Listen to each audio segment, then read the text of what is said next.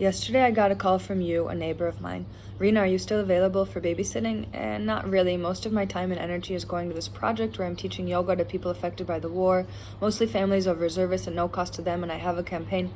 That's me. Since the start of this whole thing, I'm a reservist. Oh, wow. Thank you. Thank you. What you're doing is really needed, and I need some help tomorrow morning. I'm divorced. The kids' mom and I split everything 50-50, and even while I'm now in reserves, the kids are only with her 50% of the time. I need someone to be with them tomorrow morning and take them to school starting at 6:15 a.m. because I have to get to the Army. First of all, I want to help, but at 6:15, I'm usually just waking up, laying in bed, watching the sunrise. I don't want to commit to something and then not follow through.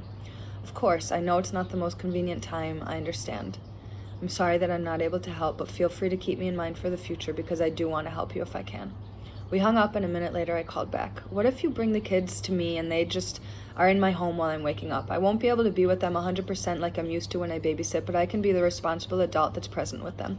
Give me an hour and I'll get back to you. Thank you. In the end, his mother slept at their house and was there to get the kids ready for school, but she doesn't drive, so I was hired to drive the kids to school. Last night I went over to meet the kids, a 7-year-old girl and 4-year-old boy, both bright, sweet, sensitive, loving, and adorable. But let's get back to you. There's a lot of riffraff out there about the IDF. I agree, they're not perfect. Nothing is in our imperfect world, but here's a glimpse of the truth. You as a CEO of a high-tech company, when the war broke out, he spent 2 months full-time in reserves. In the last 6 weeks, he started splitting his time, half-week reserves, half-week CEO and solo dad. His former wife is mentally challenged, but legally has 50% of the time with the kids. He easily could have given her the kids full-time under the circumstances, but he wants to stay present in his kids' lives, so he didn't. He's modest, and his mother was the one who told me this. Together, we went to move the kids' boosters to my car. I want you to hold something to feel the weight of it. He handed me his bulletproof vest from the Army. I imagined wearing it on my shoulders and already felt the tension I imagined it would cause. It's only a fraction of the weight, backpack, and other gear he carries on his back as a soldier, but he's happy to wear it because it protects him not only front and back, but from the sides as well. God forbid he should ever need it. Then he took out the boosters, and we both chuckled because they felt light in comparison. As we walked to my car, he shared about what he does in the Army. Let's just say, if you've seen Fauda, it's like that, but more real and less Hollywood. You literally does everything for his children. He would not be spending half a week serving in an intensive Army unit if he didn't believe it was the best thing for his children. They have a loving home. The kids draw pictures, build Legos, sing, hug, snuggle, and kiss each other all the time. They don't talk about war, Arabs, Hamas, or any of this madness except for practical reasons like Dad's going to the Army now.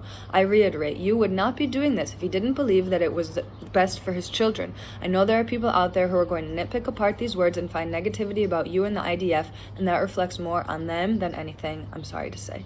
All I took from you was inspiration and feeling honored to have met a true hero. For better or for worse, this country is full of heroes. I guess that's what we need. Why am I sharing this with you? One, as I already mentioned, so that people who are not on the ground can see a glimpse of the on-the-ground truth.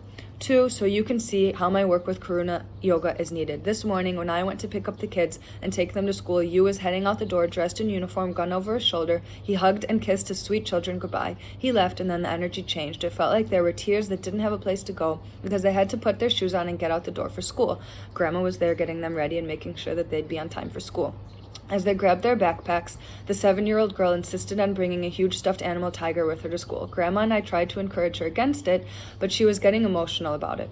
I learned that Daddy had bought her the tiger yesterday and instantly understood why it was so important for her to have that tiger with her at school. That tiger is her reminder of Daddy. She will play with her friends, learn to write new letters, and go about her school day all the while thinking about Daddy, who she last saw walk out the door in uniform carrying a gun, and who she won't see again for 4 days. It's heartbreaking and inspiring all at the same time. These people get up and do what has to be done, even though what has to be done is traumatizing in and of itself. These people, like my yoga students, need all the support they can get, and yoga classes based in compassion with awareness of trauma offers a huge support. There's a lot of support that's much needed out there to help the soldiers, but these families no less need support. Thank you to everyone who has helped support Karuna Yoga campaign up until now. We have $2,208 to go until my class of 6 kids with reservist daddies are fully sponsored. Help me help them. Give them the gift of yoga. Give them self-regulation tools that will help them cope and process in a healthy way today, in 6 months, and for life.